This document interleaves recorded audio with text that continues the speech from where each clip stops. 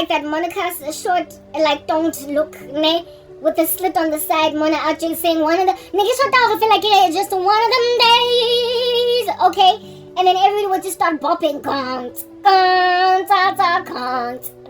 wanna take some time out to bring things through. That vibe ya Monica Habina, Umuvamulomo.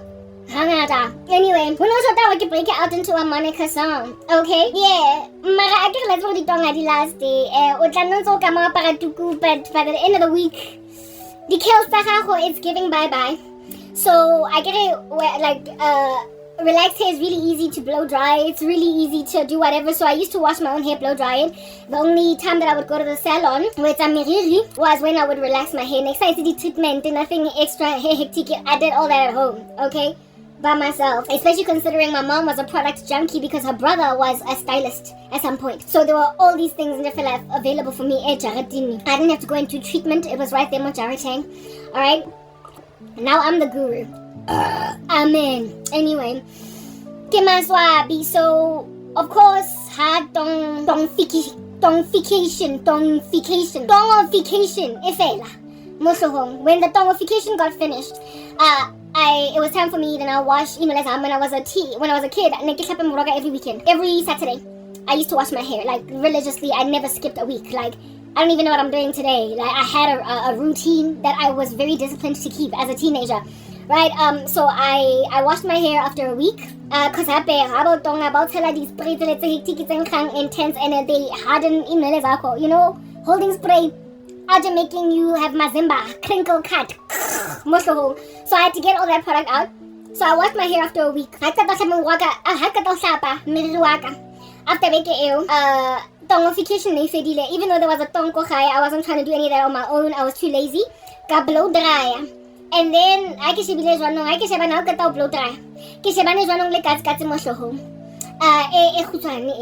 And I'm like, Bantla, where on naked dress kolong kileso. Yo, didn't hang momo. I'm in grade 9, I get who important when you're a teenager. How you be looking like, are the boys still gonna think I'm pretty? Are the girls still gonna be like, oh, you look nice today? Or are they gonna mar me with guaroms? Cause it's a very fragile space that you don't just rock up with some strange hairstyle like, hey, there was a chick, it's called her. Her name was Muriel, yo. Her name was Muriel. One day in grade 11, some fateful, thunderous day in grade 11, Muriel decided to come to school. I think it was an Ampur wannabe fake popcorn. It wasn't the real deal, y'all. Lots of gel. It was sleeked down, but at the same time, it looked horrible. And Washabwa from the morning at assembly, when we first saw her, until Washabwa from the morning, well, all the way into first break, second break, and then after school, Skologa fella singers through the grapevine. Yo, did you see Muriel's hair? Yo, did you see Muriel's hair? Yo, did you see Muriel's hair? Sonke iskole. This chick was in my grade. Mara, Skologa fella. We were in grade 11, grade 8, grade 9, grade 10. 11, metric, yo, we're all up in this chick's grill like proper, the only ones that were not giving a grief Nelly prefect because they were supposed to be better than everybody else. Hey, but on you guys, I am not lying to you. Uncle Mamang, after school, Bamlandu Muriel. And Manje, you know how a crowd draws a crowd spectator value. I am not lying. It's like it was the whole of Sir John Adamson. Bonke abantwana after school, guys. Bonke from all the grades. A crowd struggling to even squeeze out of a gate. And a gate that thing in the double gates. After school, never will the gates. There's a double. Because there was a single gate on the side and then a double gate to let cars in and out. Parents, you know, teachers were also going home. So gate immediately after school, for half an hour and then close it again. Gate and crowd in was squeezing through this wide gate. Gate two. The wide one, yo, the students were struggling, got your toothpaste coming out of a tube to squeeze through these double gates, and then of course the little one on the side. Even Muriel, as she was walking out of the school grounds going home with one of her friends. Yo, guys, teenagers can be so mean. My girls and I come out of class from the side where it is that it was our last episode class, our last, it wasn't a lecture when you're in school, it's like last episode. not last period. Yeah, it was our last period. My last period, so we only caught wind of this like later on as to what's going on. Rebona crowd in a set pretty much out of the school grounds. And as I want to go to what you call this, because rifle range, like I went to search on Adamson High, the street outside of that school is called Rifle Range Road. It's a main road, and there's a robot there by the school, and also a pedestrian crossing, but students have to wait for cars to go stop, whatnot. There were no scholar patrols in high school, only in primary school. I get to go across Rifle Range without like causing traffic. Because it was a main road for Krayo, guys. Bamulatela, and went over Rifle Range like a riot, or like during a funeral procession, where it is that robots don't matter, and the police stand there to let the hearses go, let the funeral motorcade if it. And so whether it goes red, green, blue, purple, whatever the robot, it doesn't matter, yellow, it doesn't matter, because we must respect that there is a funeral happening. So hakuna red robots. It's like these kids created that kind of situation where cars just had to stop. They just had to stop to let literally Sir John Kaufela, maybe, yeah guys, I can't, it was almost like, it looked like it was a whole school. It looked like it was a whole school. Let Sir John Kaufela, if they crossed strata just so they could follow a chick home. Yo, this chick, I get to be popcorn, I was going to jail. Why are you letting Jarateng Alejalo, Uzame, Oba Cutie, Marabamulanza Bamuquara, Bamulatella as a crowd, all the way up until in my high school Nyaga. There was like a shop where we used to buy slab chips and the chocolate and whatnot after school, right? Bamulatella let more or less around Shopoeo and then came back. Because, I mean, we can't follow her all the way home now, can we? Yeah. Because of a freaking hairstyle. Yo. Like when you dealing with that kind of hostile potential mob, just because you decided to go to school, you will be given a Muriel send-off, okay? And thank God it wasn't the days of kids just out here dropping dead from suicide, from bullying.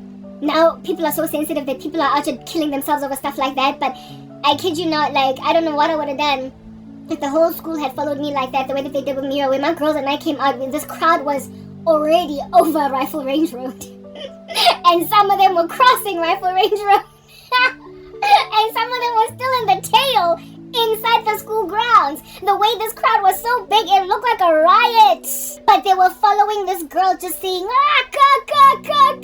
your hair, what did you do? It's like a cat. Oh my, yo, Joe. Just mean girls and mean boys and my girls and I.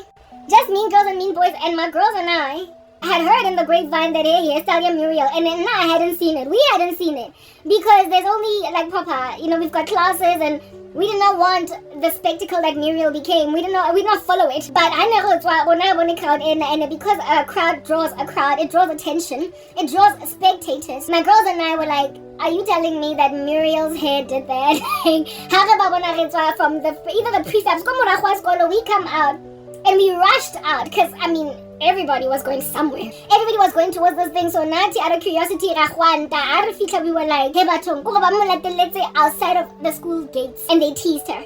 And my girls and I just stood back and were like, yo, this is intense. Long story short, you don't play around in high school. You don't dance around. You don't just a regular pushback. It's okay. Hey, it's a pushback.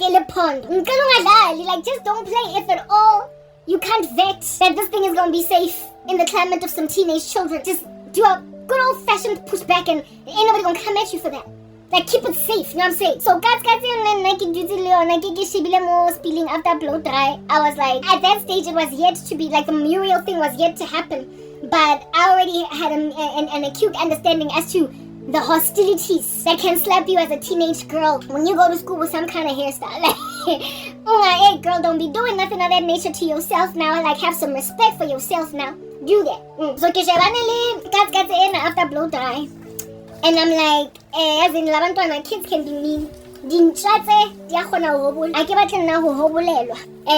it happened, maintain a popularity, regarded. I'm not going to lose my clout over this. I was popular, please, like, just put that out there. I'm not going to lose my clout over this. After Kitonga, people were like, nice, you look nice. Mara, now that I've washed my hair and blow dried it, so I went to go out, open Mewaka, Kabata something. something. And then I can't really say that it was gel. I was never a big fan of gel. But it was just a product that was tacky enough to pretty much sleek my hair down. Remember I said push back, you are safe with it. Push back in it's gonna eventually just be like, boom, it's gonna spring out, boom, it's gonna pop out. Like, so I found some product, after I keep blow dry and then because my hair was still relatively thin against my scalp, I then decided to sleek it down. I then decided to sleek my hair down. I then made a decision that I'm going to sleek my hair like flat down, create like a little bit of a, like a slit over there and then sleek it down that way or either all the way back, sleeked down or whatever. Like, yeah, just sleek it down. Mara, because it's so short, 2070 says something that's tacky. And I found a product, I can't tell you what it is, something else often free. I could even anything in Japan. And I sleeked my hair down and I went to school. And the response was, your hair looks nice. Again, I was like, woo. I breathed a sigh of relief. People were like, your hair looks nice, Karabo. Your hair looks nice, Karabo. I was like, thank you. I was like, okay, so this is the solution. While my hair is this little small thing, I'm just going to sleek it down. I'm going to add that product that my mama got me and I'm going to slather it until I have enough hair to have ipondong and elbonagalayo. Mar, I've got dark hair, yalla. I just showed you his nembe. I just showed you his tombe, snepe. You know when you mix Tswana, Sotho, and Zulu and Pedi, snembe. Snepe. I just showed you in this photograph. I guess you guys.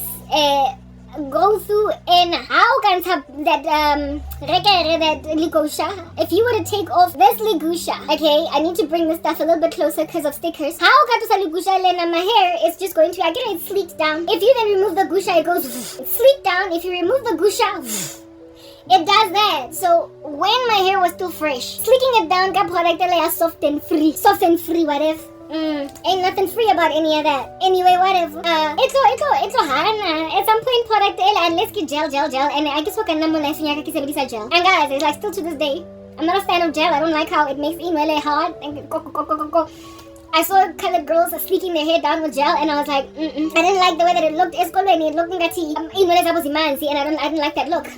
I didn't like that look, and funny thing, it was also outlawed in school. If there was too much gel in your hair, they would make you wash it out. So it was also dangerous to have all that gel in your hair, because they would make you go to a pump or tap and rinse it. So many colored boys and girls were like, here, basha shampoo session. There was so many rules. Like, they didn't even let girls have.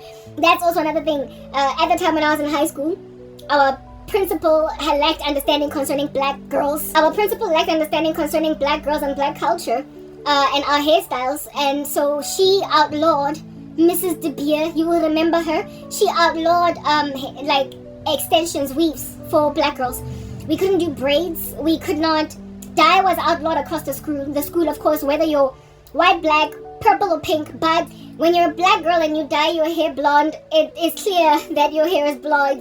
That's not your natural hair color. But there was not really. Actually, it's not that clear. There was this one chick whose hair was like naturally very like she had these ginger tips and she did not dye them. And they were trying to tell her, you need to remove that dye from your hair. And she's like, ma'am, this is my natural hair. I've never dyed it before. So it became an issue. Like, we were just being attacked as black girls. But white chicks could get away with going from blonde to auburn to brunette to, because they can't tell that you are a brunette naturally or you're blonde naturally. But with us, when we dyed our hair, and the dye colors that we tended to like were like the red nyana. We used to like maroon and even blonde. They refused. Anyway, and over and above the refusal for us to bleach our hair, there was also a rule against fiber, like singles. Like, we couldn't do bonding weave, and we also couldn't do the singles unless it was matric dance. Then they would let you go. They would let it slide because you had to make yourself pretty. Come matric dance, Mara, you can't get singles, you can't get braids, nothing. So we had to work with what we had, you know. We had to work with what we had. The only time that they would accommodate was if umawako ogrobot herself. Or reposaluning bako ropotit herself for Mara wakakinya fiber. They're gonna send you home and say kasani come back or cut kilo or kakamoskolo. It was just so bad. Like, but then again, all the schools I went to were like that though. Like, what is it with people coming up against the glory of young girls, young black girls?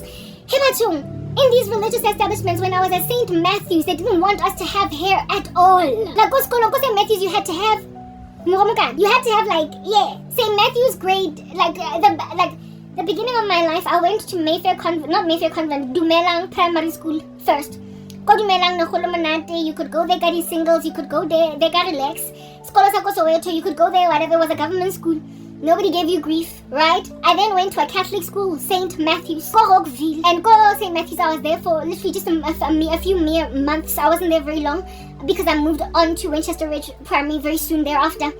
Mara, in that season, I was so nar because as a black girl coming from a family that has got the uncle Lele, basically but we had stylists.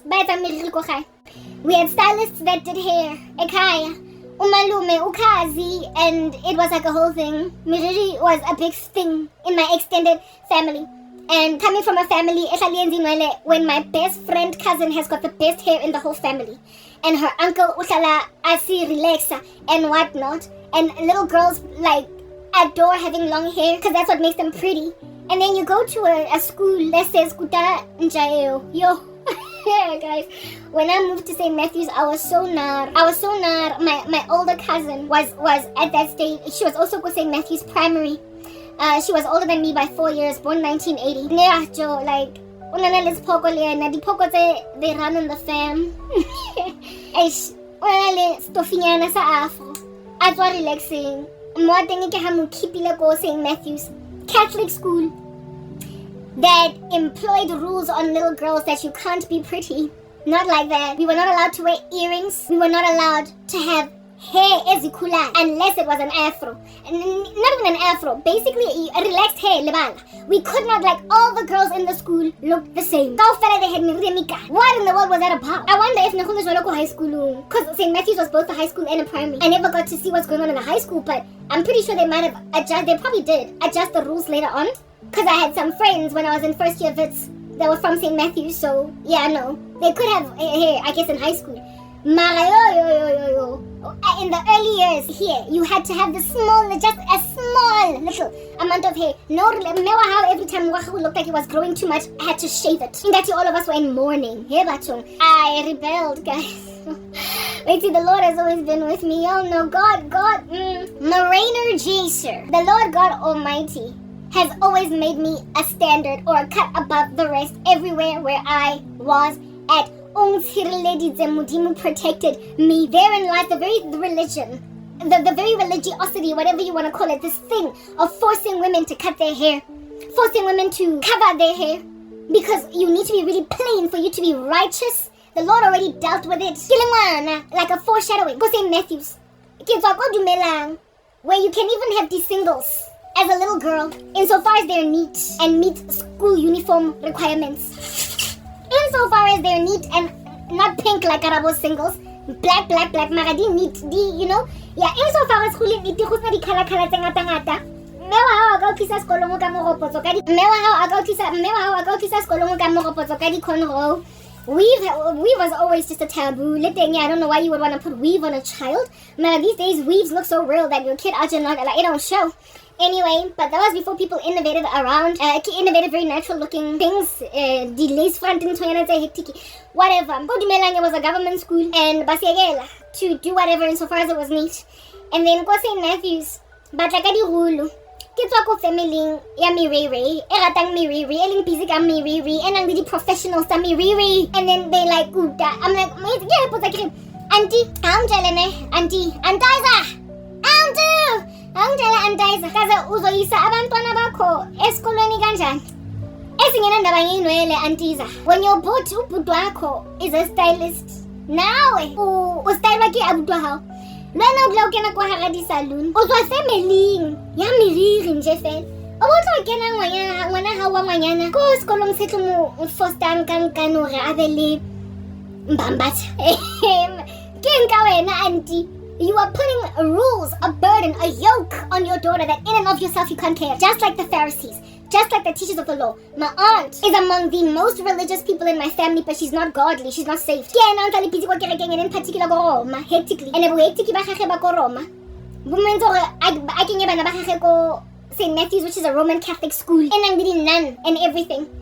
ha qeta mo in all of her religiosity ko bo romeng ba teng a batla tsa ngwana o montle wa thiwa wa o golang wa ngwanyana wa hae gore a gole ka mbambata even though o tswa go family ya di cherry tsa di relax tsa go fitla mo all over the show. My aunt refused my older cousin, a girl, free reign to do whatever she wants. My cousin, listen, cousin and not because he couldn't grow, but because for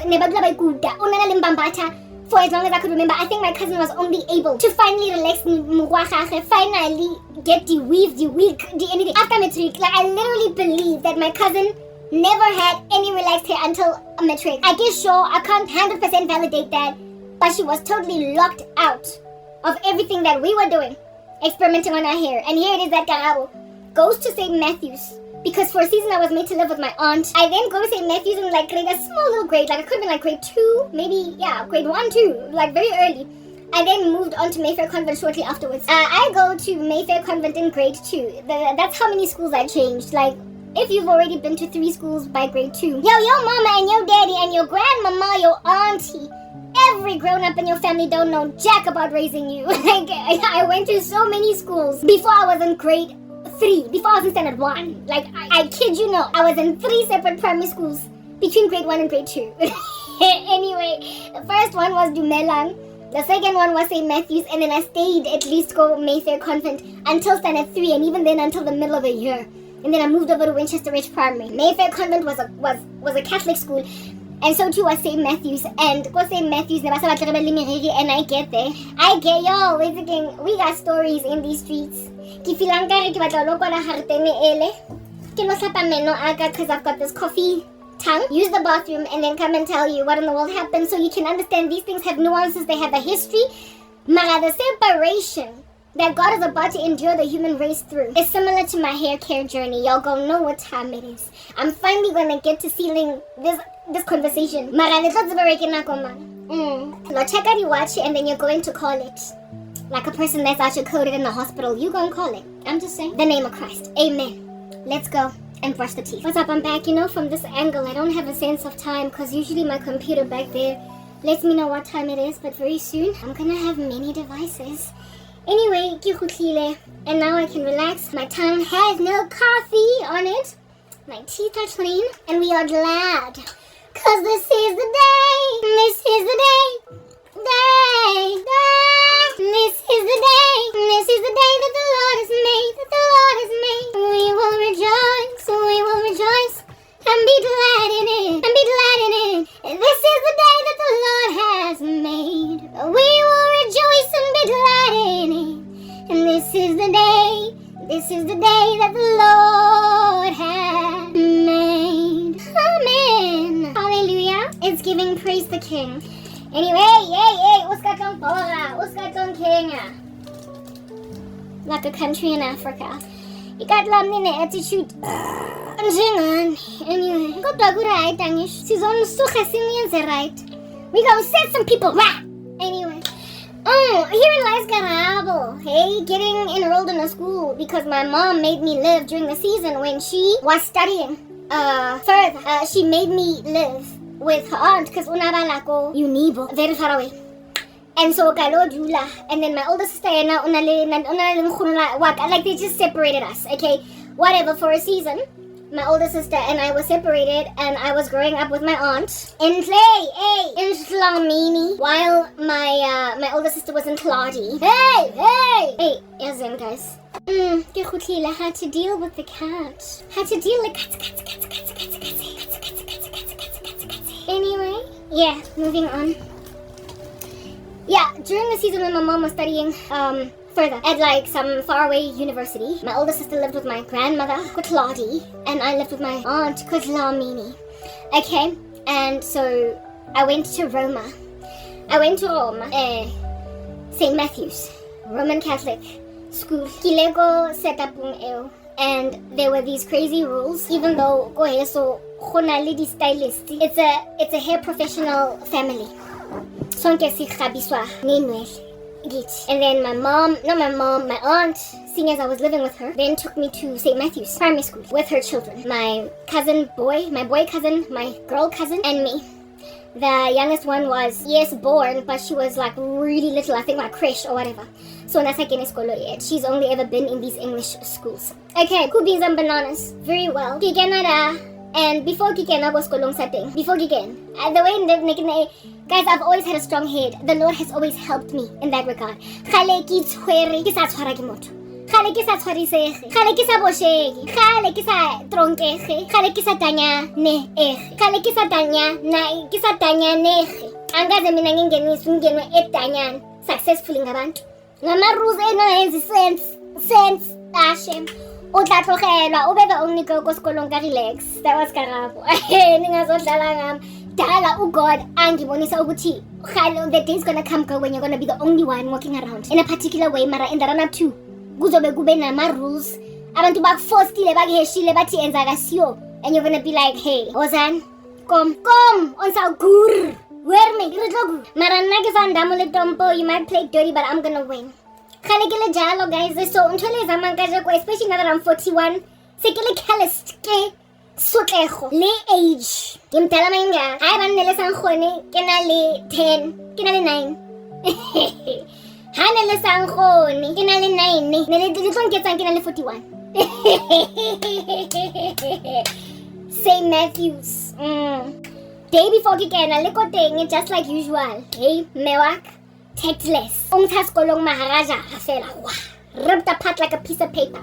Ke tswa ko dumelang mahareng a jara ke ya St. Matthews. One Friday ke ko dumelang ka Saturday I get put in a car driven to Jamin. Got his suitcase, got bag. My mom drops me off with my aunt. Because I wanted to stay with her. Yeah, it was all of the like kids were there. But it was God's plan. It was God's plan like this whole time. Like I was separated so very much from my cousins, my sister. Oh, like I didn't even understand why we had to be separated. I didn't get it. Like just let me go to the same school that my older sister goes to. Let me stay with the grandmother. I also want to hang out with my grandmother's house in Hlongwane. It was the place to be. And so me being separated, I was just like musical chairs, y'all. It's like the Lord was preparing me for a future where that's gonna happen, where my family members are just gonna kick me around like a soccer ball from house to house, and I'm just gonna have to rest. I would go pop. Matter of fact, they used to do that to me, and I they would then lie to me and say, and I would stay there, be comforted, and then I'd be waiting for them to come and pick me up so we could go to Gold Reef City, and nothing. They would give me big stories to make me stay because I didn't understand why I had to be separated from them. I've been getting separated. It happened ko Dlamini, it happened ko Mlatsani, and ko Mlatsani, I'm sorry, I'm moving around. I'm eventually gonna merge, alright? Go Mlatsani, go Osmamusa, Mone Bang to this thing. Osmamusa, albeit being a wonderful, wonderful, wonderful woman, was not even fam, y'all. She wasn't a family, she was, my grandmother. Having one of those best friends, those bombas that are so tight that they like fam, that you can leave your kids with them for like 2 years. That's who Osman Musa was. She was my grandmother's bomba. She was my grandmother's best friend, and her kids were just really close family friends. And they made me live with them, and I was just like, why? Like today it doesn't make sense. Like when I think about it today, I was the only child. Omega Shiwa, yo, everywhere. My cousins stayed with their mom and dad. My sister stayed at least with my grandmother during the time when my mom was studying. Because my parents got divorced very, very, I was like 5. Like we were too young. All these events happened after divorce. So my mom, for a season, and then she went where she was studying. Yeah, and in those seasons, when she needed somebody else to take care of her children because she was getting her degree, Karabo Hlongwane, I was the one that was like, rejection, tala, shem, in Shapagampam. Kale rejection in Shapagampam, I was the only one. Now imagine growing up with a whole bunch of kids, Black man pa dile diketo. Humuna to utletse bana ba bangata kasing yo bana ba kontlong ele kaofela every day we get all dusty and ashy and then go home to our respective places. Megumnandi enkhonweni kong ke di mix and the language le ska tlong bora kong khoneng go heso go tladio hano nele party da for children. It was the baddest place to be. Everybody wanted to be there. Don't know other home. I missed my extended family. Compare it like nowhere else compared. Wonke umuntu megaza it go tladi for the holiday, for the June holiday, for the December holiday. Everywhere else no bora, Ndofaya no bora, Dlamini no bora. Everywhere else no bora. Oh yeah, another place where it was the baddest, like Nediwa, Nelego, Mamelodi, Mara. It was far. We didn't go there very often, and we barely ever stayed over a couple of days. It was always like a weekend, and we struggled to come back home because culture yako Mamelodi. I know shem. Anyway, Mara, I guess we couldn't go that much. Mara, number 2, it came a close second in terms of how much more fire it was to be all up in that trend. It was the place to be for kids under 10. Like, it was the place to be.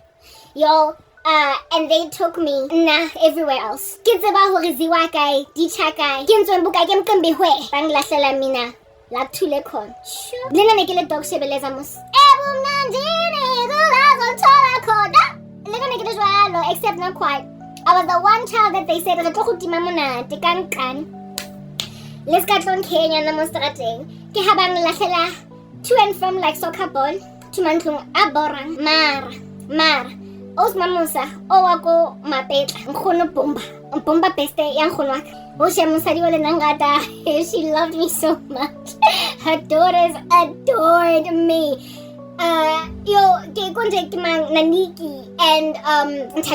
Naniki and Tabi were her daughters. They were high school age. I told you guys, that not only did I move schools in just 1 year, 3 times one time, right? From grade 1 to grade 2, I moved 3 schools. Well, in this season, I was also moving houses that many times.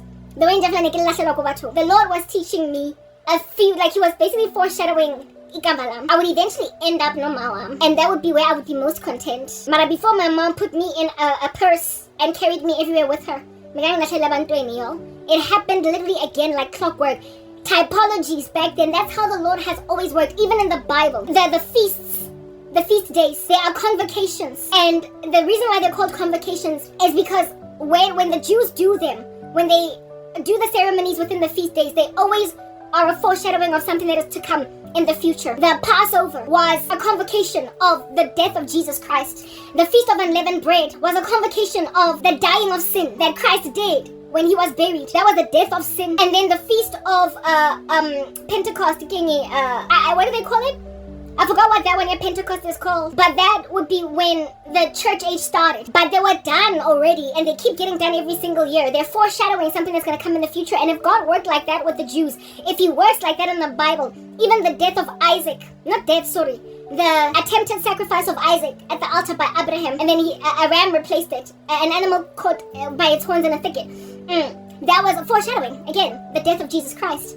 So if the Lord God, if that's how he works with the Jews, then you must trust that. Sometimes even you as a Gentile, impilo yako is going to look eerily similar later on in your call and in your walk as a disciple of the Lord Jesus Christ. To what under heaven you done gone through as a kid, whatever you done experienced as a little one, you're going to realize, the situation I recognize the guy born I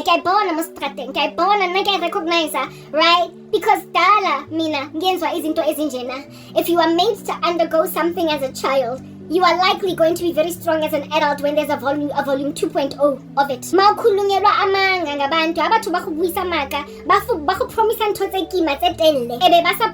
Like what my cousins did. They were able to know the day.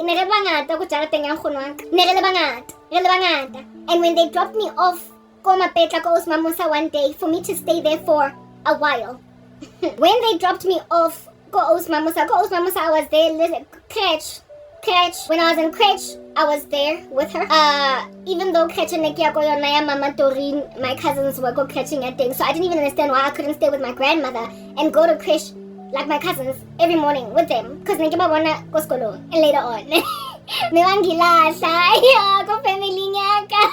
They just ditched me, and then I would meet my cousins at school. Like, what is happening? We should be living in the same house. Anyway, whatever, right? So this lady had me. I had lived with her at favorite spots, and my stay with her was in between crèche and primary. Okay, and it was some of my happiest days, but however, before then I was lied to. There was lots of joy. Mara, before then I was lied to. Before I grew contentment, essentially, with whatever situation I was in. And so mixed with the environment, I was lied to and made to be bereaved by all that lying. As a child, I felt raw about what was done to me, but then I conquered, I overcame it. No, not in the name of Christ, because I was yet to be born again, but just as a foreshadowing, a convocation, a feast day, if you will, of sorts. The Lord was showing me something to come. This lady was not even family. Do you understand what I'm saying? She was not family. She was just a best friend. But her daughters, her children. You know when you're a child and you think you're not pretty, or you think that there's nothing much going on, and you're not as spoiled as your cousins are spoiled by the grown-ups in the room, and you're also not as spoiled or as considered really adorable and wonderful by all the other people of your own family and everybody encircling them. And then you move to the house of strangers, and everybody thinks you're like the golden child. Everybody, everybody's always like, hello Nana, what can I do for you? Like, you know when you have an adorable kid in the room and everybody just can't help but play nae. Guys, that house, I one day when I was dropped off there by a caucus of relatives, including the cousin, Rilet Daga convoy, and I thought that they had packed my bags and everything. They hadn't told me that we're going there to stay. I remember my boy cousin, my favorite boy cousin was there. My favorite girl cousin was there. Her little sister was there. My sister was there. My older cousin, girl cousin was there. And then Batswadi, elderly. My uncle was there. My mom was there. Guys. Hey. Thinking that this woman and then all go back home. But instead, they were dropping me off. We go there, and when we get there, I'm initially happy. But then when they tell me I gotta stay, when then they bring out the suitcase, toothbrush, I was like, I don't want to be here. I want to be with my cousins. I want to be at Jartini, of which is a small little walking distance, but when you're a child, it's far away, right? It's too far for somebody that's like, what, 5? Yeah. I remember it as clear as day. And my cousin, I was very tight with him, my boy cousin. He was the one that lied to me the most. He was like, hey, Karabo. This is a 7-year-old talking to a 5-year-old. All that deception and all these little children, and you think kids are going to heaven. Y'all need to evangelize these randos, okay? Anyway, whatever. You think all kids are going in the rapture. No, they're not. I have seen children getting left behind. I have had visions and dreams of a little child army. Yeah, a child being a vigilante, bandit, rando, and some of these children were cannibals in the tribulation. Not every child is going in the rapture. Whatever you might believe is the age of accountability, it's much younger than a lot of people imagine. It is not 13. Understand? There's a dude that I was listening to the other day. I love his content, but here I desire to correct him. His name is Evans, something Evans, like Tony Evans. I don't know, like something Evans. Wonderful preacher, but he believes that kids up to the age of 13 are going in the rapture automatically, whether or not they know Jesus. My cousin was about 7 when he was deceiving me all that hotly. Child soldiers that you be finding in Uganda, they're not going in the rapture. There's too much evil over there. And kids can have a conscience, can feel bad. They know what's wrong and they know what's right. Therefore, if you don't evangelize them early, they can not only go to hell, but they can also get left behind despite being cute little 7-year-olds. Thoroughly, that is what I have seen. But then again, we will see God rapture. What in the world that gives? God is holy. God, just because the little children are to be suffered to come to him does not mean. If anything, just last night I had a dream of a woman. I woke up from a dream where a woman was left behind with her 2 very little children. And she wished she could take these kids and throw them into the heaven. Like literally, and throw them into heaven and endure the tribulation. And she wished the Lord had taken at least her children, because she did not know how in the world, given that she was aware that the rapture had happened and the tribulation was about to commence. She was aware of the dire straits that they were about to meet. She was aware of the dire straits that they were about to meet everybody. And she was like, only me, Lord. only me. Let me go through this horrible time that's coming. She ignored the gospel in the run-up to, and so therefore did not teach it to her children. And she was like, please take my children. The way she was so desperate after the rapture happened, she wanted to grab them by their hand and throw them in the sky, into the sky, into heaven. And she was begging on some, God, only me. Let me go through the tribulation. I will take what I need to take, not the mark of the beast, but I will die for you. I will do what I need to do, but please take my children. Yes, like it, guys. One of the kids was so little that was around her thigh area. The head of this child was around this woman's thigh area. So his body height, the boy's body height was pretty much from the bottom of this woman's feet to her knees. And then her head was by the thigh. And then the other one, these kids, the one looked like could be no older than essentially around 4 years old, 5 years old, while the older one looked like maybe 7 to 9 years old. And she was trying to throw them into heaven. She was trying to throw them into heaven, begging the Lord to take them, because she was doubtful of God, did not repent, realized what had happened, knew what was coming, and was like, not my children, only me. Please, please take my children, I'm begging you. So kupanje fela, God is so holy. He is so holy that he will not embrace a disrespectful child. Wana o rogakanang, wana o sangking instruction, wana o pushang bana ba bang ko skolong, o pulang bana ba bang ko skolong, wana o gogang di singles tsa banyana ba bang ko skolong, wana o dulang ale in a fight, wana o dulang a throw his toys out the cot ko molong a sa batlo mamela mme wa teng. The Lord sorry, commandments are given to children too. Obey your parents, obey structures. And if kids are disobedient and if they're full of profanity and asinine, given conscience, I have felt like trash as a 4 or 5 or a 6-year-old child for mocking a grown-up and then seeing his face be sad because walk away, however, because I was a child and he wasn't trying to fight a child. And when then this man walked away from us, as children, disrespectful children after disrespecting a man coming back home from work. When I saw how forlorn this man was, it was one of the guys that used to be very nice to us as kids. And he was perhaps maybe at that time 19 or 20. And when he was coming back from Kumsebeti, before. And he was so sad listening to us speak all these things to him. And he went to Jarateng. I told you without responding. And young unja so much katola. I felt so sad. I was like 6 or 5 or 7. At the latest. Long story short, I had enough of a conscience to know what was wrong until I felt so guilty that I stopped doing something that the fellow kids with me were doing. If your kids can have a conscience, if they can feel bad for slapping someone, hitting someone, if they can feel bad for pushing someone, if they, upon seeing somebody being forlorn because of something they said, they can feel some kind of way, essentially they can repent. They can know that something is awry with their behavior and so do a better thing. Y'all need to be evangelizing your children, but you don't do it. You don't do it. So, how many of y'all have sent kids to hell? I do not know.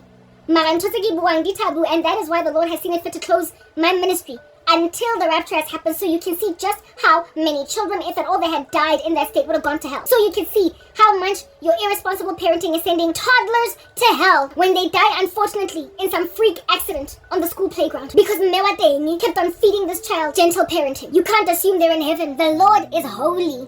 Mara, this here message is not popular, but it will be embraced like swallowing a tough pill once your 5-year-old is chilling with you after the rapture has happened. And you're like, but she's just an innocent child. Before who? You. You see innocence in a child that can adopt the F word of Netflix that you allow her to watch and then use it in school. A child that can yank her brother's, that can yank her sister's hair. A child that can push another child off the merry-go-round. A child that can ignore a teacher and say I have rights because the parents have taught that kid disrespect. You're gonna see how many of these children are still in these streets. I have heard of so many people getting rapture dreams where some kids were taken and others were left behind, whereas there are others who are trying to satiate their need for all children to go into heaven by saying, Karabo, God is not going to send a child to hell. Yeah, for the same reason that there are some people who believe that God is not going to send anyone at all to hell, because a loving God would never do that. God is holy, and y'all need to understand that that's a thing. Anyway, whatever. Herein lies my deceptive cousin, 7-year-old. My cousin was born in 1982. I was born in 84. One of my bumbas, one of my favorite best cousins, a boy, with my mom and uncle and cousins, they buttered me, and he was the one that buttered me down the most. He buttered me down and up the most. Gold Reef City. This is the middle of the week. It's a school week. The next day, I school uniform to go and attend eskolwe. And I am being told by my cousin in the middle of the week, but you have to stay here for tonight because there's not. This was the reasoning. This was the reasoning that my smooth criminal cousin gave me. the same cousin of which I would unfortunately later on get a dream as a child. When I was living now in Hlongwane, right? I get it. This is the boy cousin whose mom is the aunt that took me to St. Matthew's.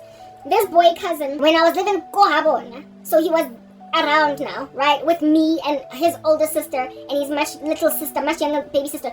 Yeah, this cousin, I had a dream of him being in hell at that age that he was when I was a child. In a tripod, a cauldron. We call it a tripod, but it's a cauldron, right? A cauldron.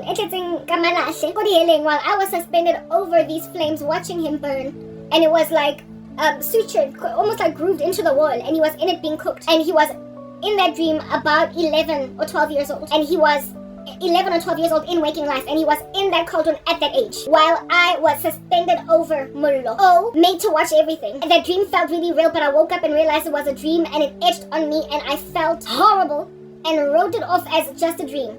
Of course, I would get born again at the age of 26 and realize that God showed me hell. At that stage, he showed me hell, and my cousin is still alive today, thank God. He is a man in his 40s now, and at that stage, God was already showing me his hellbound state. He would later on turn to a whole bunch of witchcraft, be one of my biggest afflictors in terms of sorcery, etc. This young man, I already saw him in hell at the age of 12. The same boy of which, because I get a mewatengi, including me, in Catholic schools. He was in and of himself, therefore, a Roman Catholic by profession. And one time he said to me, when we were now, perhaps he's like 17 and I am 15. As now, teenagers, right? At around the age of 17 for him and my 15th year of life. I remember one time hanging out with this cousin because I told you he was one of my best friends. So every so often I would go Habona, and every so often he would come so we were tight like skinny jeans. Alright? One time he said when he was 17 in high school and I was 15 in high school, he was like, when I grow up I want to be a pastor. I remember being like, Joe, why you want to go be a pastor? What a boring profession. And he's like, because there's a lot of money to be made in religion. That I can't say that those were his words verbatim, but paraphrased, he literally said that when he grows up, he wants to be a pastor because he sees that pastors make a whole bunch of money. Essentially, he was already at that stage of the kind of mindset that the house of God is to be neglected as a house of prayer, but rather made a den full of traitors, of demons, of enterprise makers, of thieves. And the health, wealth, and prosperity gospel was already bubbling in his core. And he had made an observation that some pastors drive expensive cars, and some pastors have big homes, and they've got luxurious lifestyles. And that for him, in spite of being unlike me and the rest of us as children growing up, he was kept in a religious school, whereas the rest of us were yanked out of these religious schools. My cousins that belonged to my uncle, the only religious school they went to was a Mayfair convent, and my cousin did go all the way to grade 7 in Mayfair convent, I believe, right? He did. And then her little sister went to Linksfield. Yeah, but she did finish at Mayfair convent, so she had that. But then high school was completely, I can't say pagan. If anything, her high school was Jewish. She went to a Jewish high school. And it was because of her that the Lord is, guys, I know my stories are all over the show. It was because of my best friend, female cousin, that I developed quite a deep love for the Jews. Because she was always talking about their holidays, like in the school that she attended. In the school that this cousin of mine attended, they used to have not only public holidays on the days that South Africa had public holidays like Easter, Christmas, whatnot, but they also went on holiday on Jewish holidays. I can't tell you what they were, but I believe like they whatever. I don't know what Jewish holidays are. Still to this day, I don't know the Jewish calendar properly, right? But Jewish special days that they observe where they stay at home and don't work or go to school. Their school never used to go to school too, so she had a lot more public holidays in a year. The school honored the South African calendar with our public holidays, so they were also participating in Christian public holidays, but they also, over and above it, like I said, had Jewish public holidays. And because this was a Jewish school, they practiced Jewish faith, meaning that even though there were children there that were not Jewish, those that were Jewish did basically do Jewish ceremonies. Like synagogue attendance, talking about the Torah. It was a Jewish school. This is basically the same stuff